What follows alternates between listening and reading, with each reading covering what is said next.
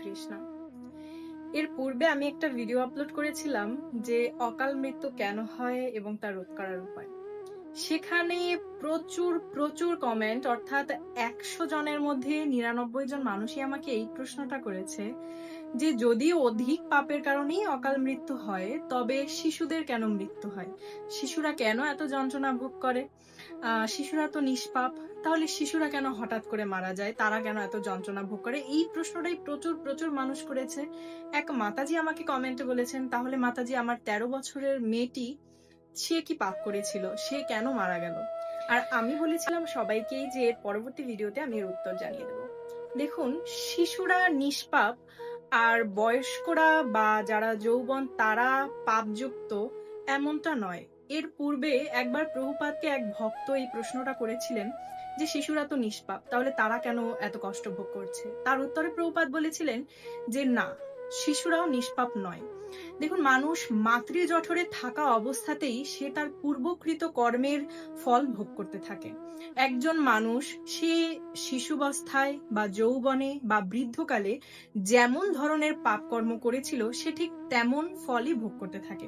জন্ম মৃত্যু সম্পূর্ণটাই পূর্ব নির্ধারিত থাকে, কিন্তু তারপরও অকাল মৃত্যুটা কেন হয়? যখন তার পাপের ঘোড়া অধিক পরিমাণে মানে পূর্ণ হয়ে যায়, তখন সেই পাপ তার আয়ু শোষণ করে এবং অকাল মৃত্যু ঘটে। কিন্তু তার মানে এই নয় যে এটা ভুল তথ্য বা তাহলে কেন শিশুদের মৃত্যু হচ্ছে। অবশ্যই আমাদের আয়ু নির্ধারণ করা, যত পর্যন্ত আমাদের আয়ু রয়েছে আমরা ঠিক ততদিনই বাঁচবো। যখন আমাদের আয়ু সমাপ্ত হবে আমাদেরকে চলে যেতে হবে। কিন্তু শিশুদের ব্যাপার এখানেই যে শিশুরা নিষ্পাপ এমনটা নয়। মাতৃজঠরে থাকা অবস্থাতেই প্রত্যেকটা মানুষ তার পূর্বকৃত কর্ম অনুসারে ফল ভোগ করে। সে যেমন কর্ম করেছে তেমন ফলই তাকে ভোগ করতে হবে। এ কথা স্বয়ং ভীষ্মদেব যুধিষ্ঠির মহারাজকে শিক্ষা দিয়েছিলেন। এছাড়া বিভিন্ন রামায়ণ থেকে শুরু করে বিভিন্ন গ্রন্থে এই শিক্ষা দেওয়া রয়েছে। এছাড়া এর পূর্বেও এক মাতাজি আমাকে প্রশ্ন করেছিলেন যে তার 1.5 বছরের বাচ্চা ক্যান্সারে আক্রান্ত, কেন, সে এমন কি পাপ করেছে? শাস্ত্র অনুসারে 14 বছর পর্যন্ত কোনো মানুষের পাপকেই পাপ বলে গণ্য করা হয় না। কারণ হচ্ছে তখন সে অবোধ থাকে। তো এই অবোধ অবস্থায় তার কোনো পাপকেই পাপ বলে গণ্য করা হয় না। সুতরাং 14 বছর পর্যন্ত সে আসলেই কোনো পাপ করে না। কিন্তু মাতাজি দেখুন, এই শরীরটা আমাদের নতুন। আপনার বাচ্চা যে আপনি বলেছিলেন যে 13 বছর বয়সে কেন মারা গেল, আপনার বাচ্চার শরীরটা অবশ্যই নতুন এই জীবনে, কিন্তু তার ভিতরে যে জীব রয়েছে বা জীবাত্মা রয়েছে সেটা তো নতুন নয়, সেটা তো পুরাতন। এ বিষয়ে তো আপনি জানেন। এখন এই পুরাতন জীবাত্মা পূর্ব জন্মে কি পাপ করেছিলেন তা তো আপনিও জানেন না বা আমিও জানি না। এটা তো আসলে ভগবানের লীলা। ভগবানের লীলার উপর আমাদের কারোরই কোনো অধিকার নেই। আমরা শুধু পারি নিজেদের কর্মকে শুদ্ধ করতে। তো এই জীবাত্মা পূর্বজন্মে কি কর্ম করেছিল, কি অপকর্ম করেছিল তা আপনি জানেন না। তাই সে তার পূর্ব কর্ম অনুসারে কেমন ফল ভোগ করবেন সেটা পূর্বে থেকেই নির্ধারিত হয়ে থাকে। দেখুন, আপনাকে যদি দেখানো যেত টিভি বা পর্দার মাধ্যমে যে এই জীবাত্মা পূর্বজন্মে কতটা ভয়ঙ্কর পাপ করেছিল, আপনি যদি দেখতে পারতেন, তাহলে হয়তো আপনিও বলতেন হ্যাঁ, সে যে পাপ করেছে সেই পাপ অনুসারে তার এই কর্মফল ভোগ করা উচিত। আমিও একজন নারী, আমিও অবশ্যই নিজের সন্তানের ব্যাপারে এই ধরনের কথা শ্রবণ করতে একদমই প্রস্তুত থাকবো না। তাই আমি আপনার কথা বা আপনার কষ্ট বুঝতে পারি, কিন্তু তবুও আমাদের তো এটা মানতেই হবে, তাই নয়? তো আপনার বাচ্চা, তার ভিতরের যে জীবাত্মা, সে পূর্বজন্মে কেমন কর্ম করেছে সে বিষয়ে আমরা জ্ঞাত নই, কিন্তু ভগবান তিনি তো জানেন, তিনি তো শাস্তি নির্ধারণ করেই রেখেছেন, তাই না? দেখুন, আমরা এই জীবনে কি কর্ম করব তার ফল আমাদেরকে বহু বহু জন্ম পর্যন্ত ভোগ করতে হতে পারে। তাই ভগবানের চরণেই শরণাপন্ন থাকা একান্ত কর্তব্য। ভগবান শ্রীকৃষ্ণ বলেছেন, একমাত্র আমার শরণাপন্ন হওয়ার মাধ্যমেই আমি সকলকে উদ্ধার করব। সুতরাং আমরা ভগবানের লীলার উপর তো হস্তক্ষেপ করতে পারবো না, কিন্তু আমরা নিজেদের কর্মকে অবশ্যই শুদ্ধ করার চেষ্টা করতে পারি। আমাদের ভগবান বিবেক দিয়েছেন, বুদ্ধি দিয়েছেন।